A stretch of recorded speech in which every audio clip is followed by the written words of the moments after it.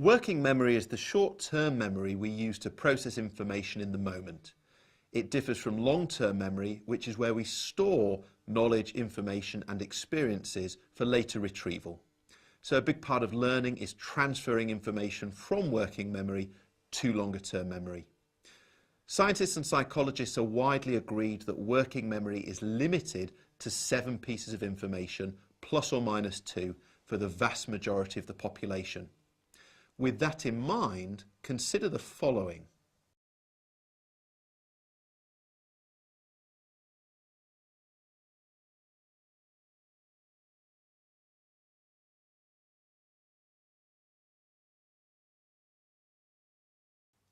The last number contains 9 digits. Trying to memorise this without using any form of metacognitive strategy, like chunking, is difficult. It's not impossible, but it is difficult because you're going up against the limits of your working memory. 9 separate digits, working memory, 7 pieces of information, plus or minus 2. So why does this matter to us in the classroom? Well, when we're working with students, we're frequently asking them to use their working memory to process information. And if that working memory becomes overloaded, then students are going to find it difficult to transfer information into their long-term memory or to simply complete the task in front of them.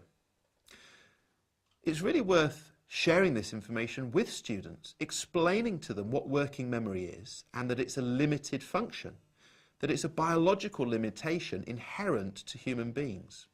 So when they find themselves in real difficulties with a piece of work, it may well be because they're butting up against the limits of their working memory.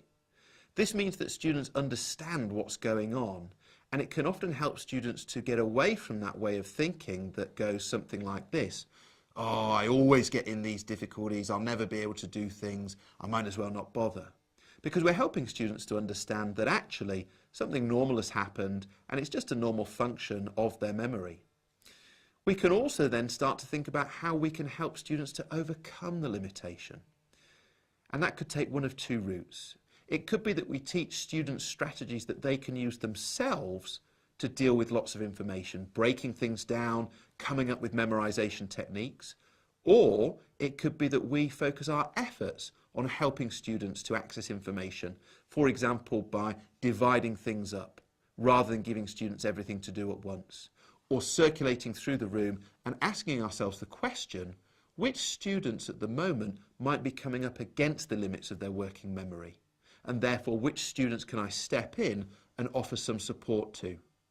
So in conclusion, working memory is limited, sharing this information with students helps them, but also being alive to it means that you can observe in the classroom who might be encountering difficulties because their working memory is becoming overloaded.